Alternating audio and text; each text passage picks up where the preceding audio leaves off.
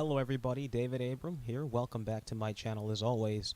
And for this discussion, I wanted to sort of extend off of one of Sandman's videos where he talks about gender equality and how gender equality is non-existent and really can never fully exist at all.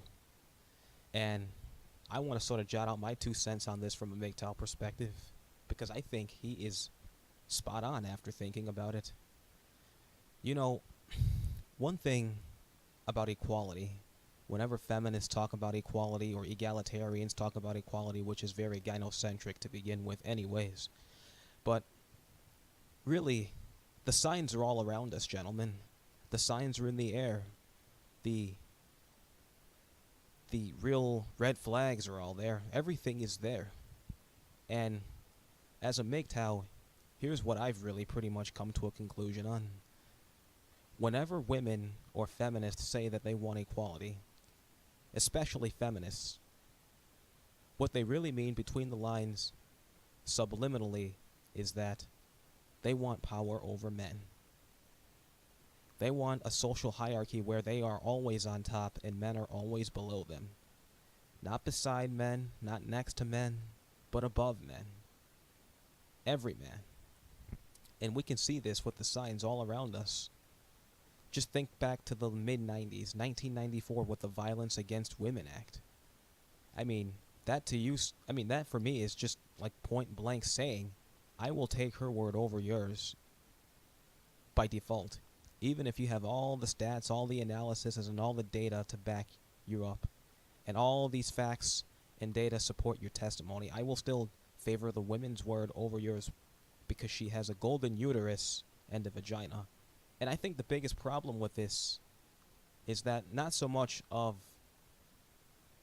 women, though they are a huge problem, but the state and the white knights and the manginas that run it.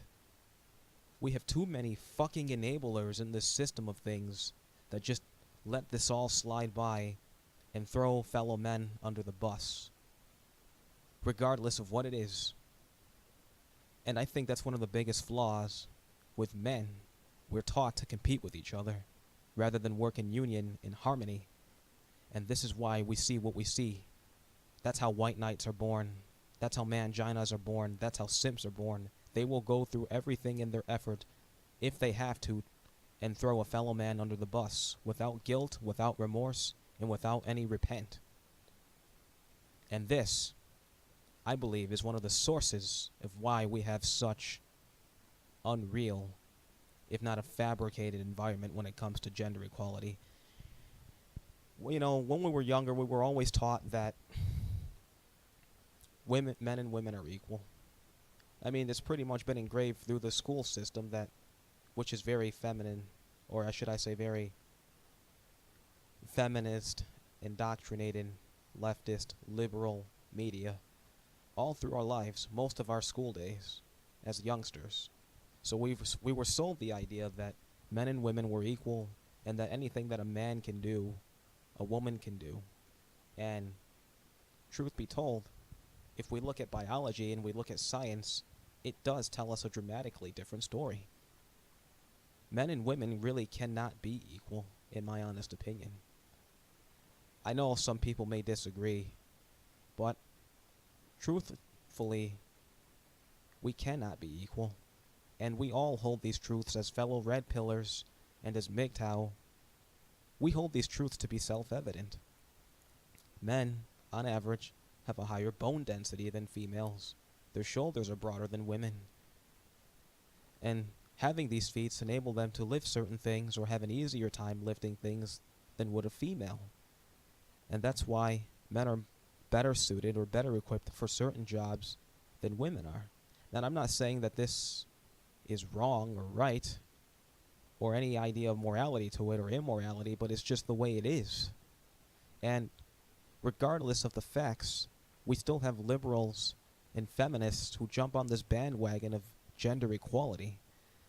And I think what this really illustrates to MGTOWs and red pill men is just how truly fabricated and how devoid of reality the mainstream in particular really is.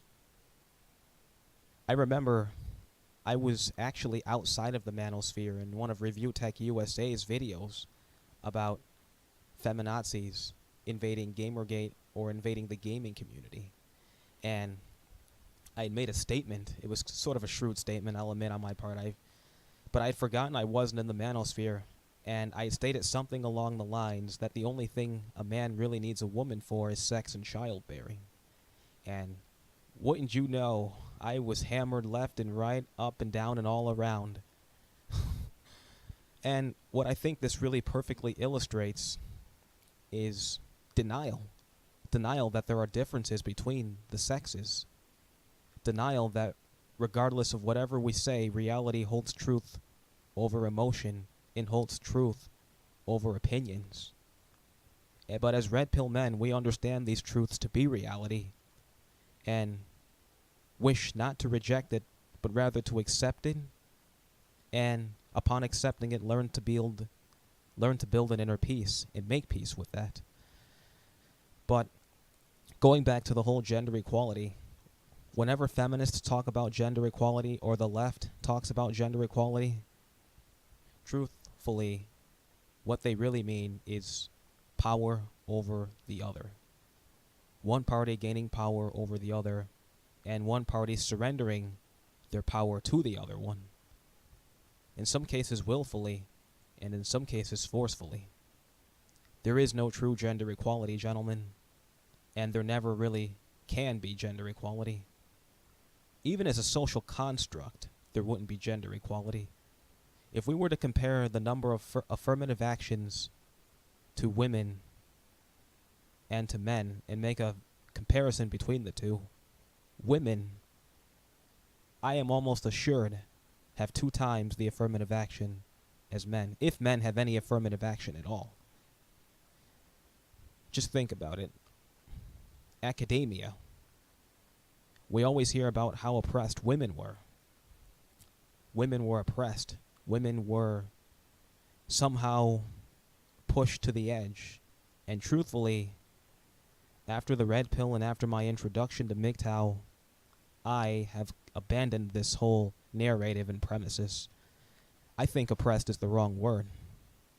I would rather say perhaps underprivileged, in the sense that they couldn't vote or couldn't work outside of the house setting. But oppressed? Oh, heck no. Oppression is when you're drafted off to war against your will in selective service in the First World War, or if we fast forward to the mid-20th century, the 50s, the 60s, and 70s with the whole Cold War in Vietnam and Korea and that whole bit, and suffering post-traumatic stress and told to just suck it up, be a man. You can't show emotions because if you show emotions as a man, that makes you weak. Socially engineered and conditioned to behave in a certain manner to which isn't you, and just expected to play along with the game and not say a word, I think is part of true oppression. But whenever people say they were oppressed, I say, no, they weren't oppressed. They were underprivileged, and they went from underprivileged to privileged, and then they went from privileged to overprivileged, which is what we have now. That's why they serve less time in jail sentences and prison sentences. That's why they may do a crime and potentially get off due to white knights and manginas again, as I've stated above. And truthfully, I don't think this cycle will stop.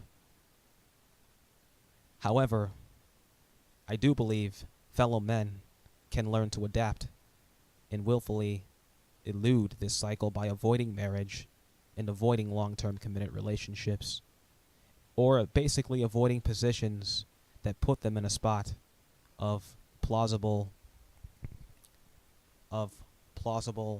exploitation. But those are my thoughts on the gender equality.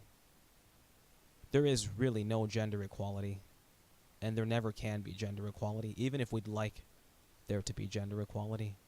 It just won't happen, gentlemen. At least not from my perspective as a MGTOW. I think men and women are too far different from one another to truly exhibit a gender equality. But those are my thoughts on this whole idea. What are you guys' thoughts as MGTOWs or as red pill men? Do you agree, disagree? If you have any comments on this, please do feel free to leave them in the comments sections below. And please like, subscribe, and until the next time, thanks for watching.